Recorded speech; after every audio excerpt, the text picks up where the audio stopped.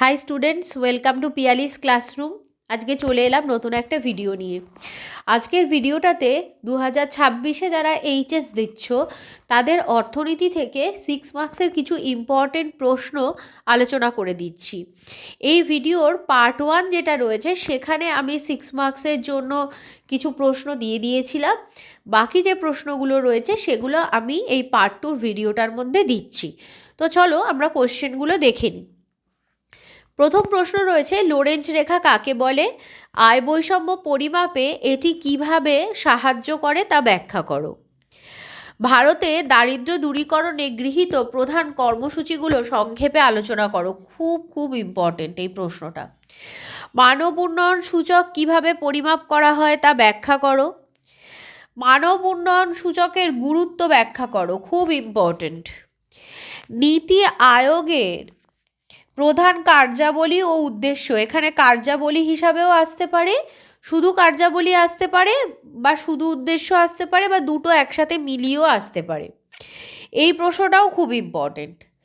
6 নম্বরে যে প্রশ্নটা আছে, স্থিতিশীল উন্নয়নে যে কোনো 6টি প্রদত্ত লক্ষ্যমাত্রার বিবরণ দাও।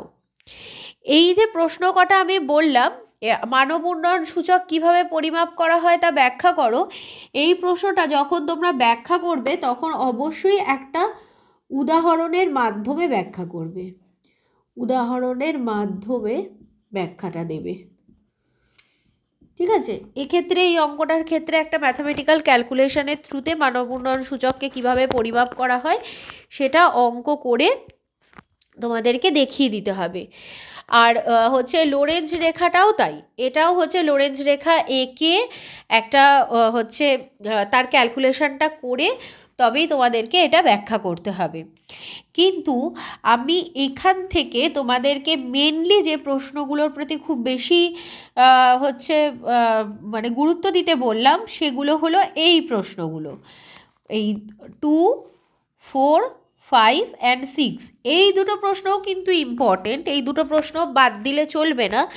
কিন্তু যারা হচ্ছে ডেসক্রিপটিভ টাইপের আনসার মানে লিখে করতে চাইছো, সেক্ষেত্রে কোনো অঙ্ক করতে চাইছো না বা ড্রয়িং করতে চাইছো না, তো তার ক্ষেত্রে 2, 4, 5, 6 এই যে 4টে প্রশ্ন আছে, এই 4টে প্রশ্ন তোমরা খুব ভালো করে কিন্তু রেডি করবে। আমি পরবর্তী ভিডিওর মাধ্যমে তোমাদেরকে 4 মার্কস এবং 2 মার্কসের জন্য ইম্পর্টেন্ট কিছু প্রশ্ন আমি ডিসকাস করে দেব।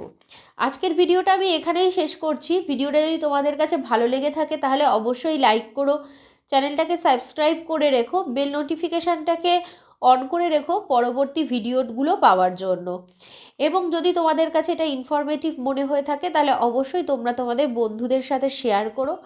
কিছু যদি তোমাদের জানার থাকে তাহলে অবশ্যই তোমরা আমাকে কমেন্ট বক্সে জানিও, আমি উত্তর দেওয়ার চেষ্টা করব। আজকের ভিডিওটা এখানেই শেষ করছি।